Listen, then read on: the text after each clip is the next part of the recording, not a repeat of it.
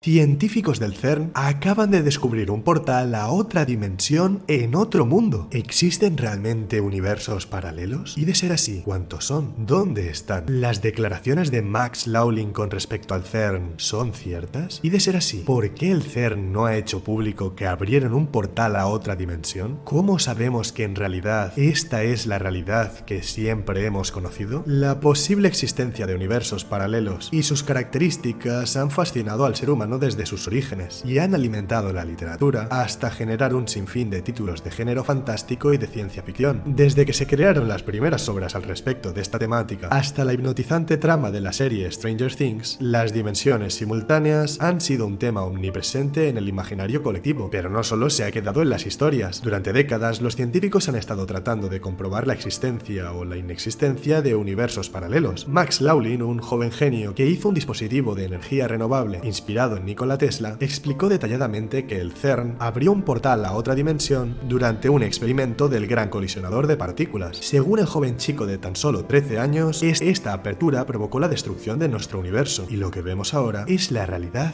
de una dimensión paralela. En este vídeo repasaremos los argumentos de Laughlin y echaremos un vistazo al gran colisionador de partículas, cuya intención es hallar respuestas sobre la composición del universo. Pero, ¿cuál universo? ¿Es posible que existan varias realidades alternativas? Para entender los argumentos del joven genio, primero es pertinente entender en qué consiste el gran colisionador de partículas y cuáles son las intenciones del CERN al respecto. El gran colisionador de hadrones o LHC, por sus siglas en inglés, es el mayor acelerador de partículas del mundo. A grandes rasgos, un acelerador de partículas es un enorme artefacto que usa campos electromagnéticos para estimular una serie de partículas ya cargadas de electricidad previamente. El propósito de esto es lograr que alcancen velocidades extremadamente elevadas y que luego choquen entre sí. La finalidad de esta reacción es crear nuevas partículas. Estas son más inestables y tienen una vida muy corta. El acelerador de partículas imita la acción de un rayo cósmico sobre la atmósfera, que acaba produciendo una lluvia de partículas exóticas. Hasta ahora existen dos tipos de aceleradores de partículas: el acelerador lineal y el acelerador circular. El lineal consiste en una sucesión de tubos colocados linealmente a través de los cuales se aplica una fuerza eléctrica de manera alterna. Estas partículas se acercan a una placa al entrar en contacto con un campo eléctrico opuesto. Cuando entran en contacto, las partículas son rechazadas e impulsadas a alta velocidad. Esto las hace viajar a velocidades increíbles hacia la siguiente placa, donde se repite el proceso. En cambio, en cuanto al acelerador de partículas circular, la combinación de campos electromagnéticos con campos eléctricos hace que las partículas alcancen un potencial fuera de lo común. La consecuencia es la aceleración más rápida en mucho menos tiempo. Este último tipo de acelerador fue construido por el Laboratorio Europeo de Física de Partículas, mejor conocido como el CERN. El gigantesco anillo de 27 kilómetros de diámetro está enterrado a 100 metros bajo la Tierra, en la frontera entre Francia y Suiza, cerca de Ginebra. Allí, los físicos del laboratorio hacen chocar entre sí partículas subatómicas en puntos específicos, principalmente protones. Estos registran las partículas resultantes de las colisiones para estudiar los elementos que componen la materia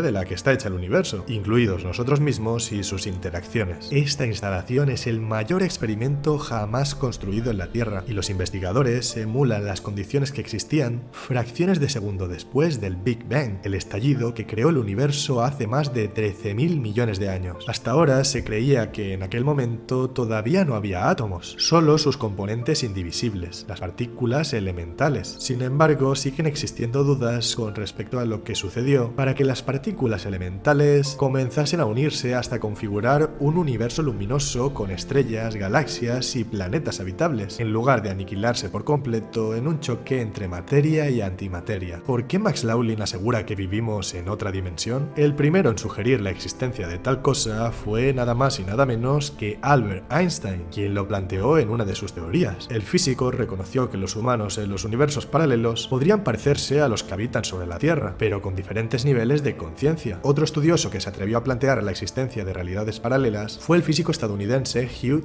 Everett, por allá en el año 1957. En su hipótesis de muchos mundos, contempla que hay un número enorme de universos, quizá infinito, y que todo lo que podría haber sucedido en el pasado de un ser humano y no ocurrió, sí aconteció en otro universo. Esta teoría se aleja de los planteamientos ortodoxos de la física cuántica y sugiere que el universo se desdobla en una serie de posibilidades cada vez que se realiza una acción o se toma una medida u observación. De ser cierta esta teoría, Max Laughlin tendría razón y las implicaciones serían cuanto menos perturbadoras. En otras palabras, tendríamos que convivir con la idea de la existencia de un yo diferente en cada uno de los cosmos generados. Entonces, el yo que cada uno siente sería solo una versión de todas las réplicas existentes. De manera constante, se irían creando nuevas versiones de uno mismo. ¿Cómo sería esto posible? Pues cada vez que se realizase una observación de un tipo u otro, se generarían desdoblamientos del propio yo. Imaginemos por un momento que una persona juega a la lotería con un determinado número. Habría muchas realidades en las cuales la persona experimentará la decepción de la derrota, mientras que en otras pocas saldrá ganadora. Después de que Everett propusiera esta desconcertante teoría, muchos investigadores continuaron indagando en la idea. Uno de ellos fue Stephen Hawking, quien profundizó en este aspecto en su último trabajo académico, publicado días antes de su muerte. En el estudio, el físico incluyó una explicación que podría demostrar la presencia de universos paralelos. El artículo, coescrito con el profesor de física Thomas Herzog, presenta un cálculo matemático para construir una sonda espacial capaz de encontrar pruebas de la existencia de un multiverso. Siguiendo este hilo, científicos de Caltech en California creen haber identificado rastros de un universo paralelo. Analizando señales electromagnéticas provenientes de puntos muy lejanos, encontraron la posibilidad de que el tejido del universo haya sido interrumpido por otro increíblemente diferente. Por otra parte, un equipo de investigadores del Laboratorio Nacional de Oak Ridge en Tennessee, Estados Unidos, en 2019, estuvo construyendo el equipo necesario para tratar de abrir un portal a una dimensión paralela. Pero a diferencia de los científicos anteriormente mencionados, cuya certeza se quedaba meramente en teorías, Max está convencidísimo de que estamos en un universo paralelo. De manera muy elocuente a través de un vídeo, el chico explicó que hay una cantidad infinita de universos paralelos en nuestro propio multiverso. En la misma línea también hay un número infinito de realidades. Entonces somos catapultados a un número infinito de universos alternativos en cada una de las realidades. Madre mía, qué dolor de cabeza. También aseguró que teníamos una línea de tiempo original, pero que la abandonamos inmediatamente cuando se produjo la anomalía del LHC. Durante los experimentos fuimos catapultados infinitamente a un número infinito de universos paralelos. Así lo declaró el joven Lawlin. Esto significa que nuestro universo se desplaza constantemente a un universo alternativo. Mientras estás viendo este vídeo, el adolescente está convencido de que la Organización Europea para la Investigación Nuclear está trabajando en la apertura de portales que actuarían como puente a otro universo. Max continuó su declaración diciendo que estas teorías sobre la apertura de portales en el CERN prueban que tenemos otros universos junto a nosotros. Cree firmemente que el acelerador de partículas alteró un electrón, lo cual destruyó nuestro universo y así acabamos en el universo de al lado. Max se apoya en la existencia del efecto Mandela, el cual fue acuñado por Fiona Brown para describir su recuerdo de que el expresidente sudafricano Nelson Mandela murió en prisión en la década de 1980. Muchos incluso recuerdan haber visto portadas de periódicos de los 80 con la muerte de Mandela en primera plana y la transmisión televisiva de su entierro, pero en realidad el político fue liberado de prisión en 1990 y fue presidente desde 1944 hasta 1999. Murió de neumonía en compañía de sus familiares en 2013. Broom se dio cuenta de que muchas otras personas también compartían este mismo falso recuerdo y escribió un artículo sobre su experiencia en su sitio web. El concepto de falsos recuerdos colectivos se extendió por toda la red y desde entonces se han conocido varios ejemplos como el efecto Mandela. Algunos de los casos más relevantes del efecto Mandela son la cola con punta negra de Pikachu, la cual siempre ha sido amarilla, por increíble que parezca, o la frase de espejito, espejito, ¿quién es la más bella del reino?, de la película de Blancanieves, pronunciada por la malvada reina. Es una de las frases más famosas de la historia del cine y, por asombroso que parezca, jamás ha existido. La reina no dice espejito, espejito en toda la película. ¿No lo crees? ¿Y tú? ¿Has vivido en tus propias carnes el efecto Mandela? ¿Crees realmente que el CERN nos envió a todos a otra dimensión? Déjame saber tu opinión en los comentarios, dale un like al vídeo si te ha gustado y nos vemos en el siguiente.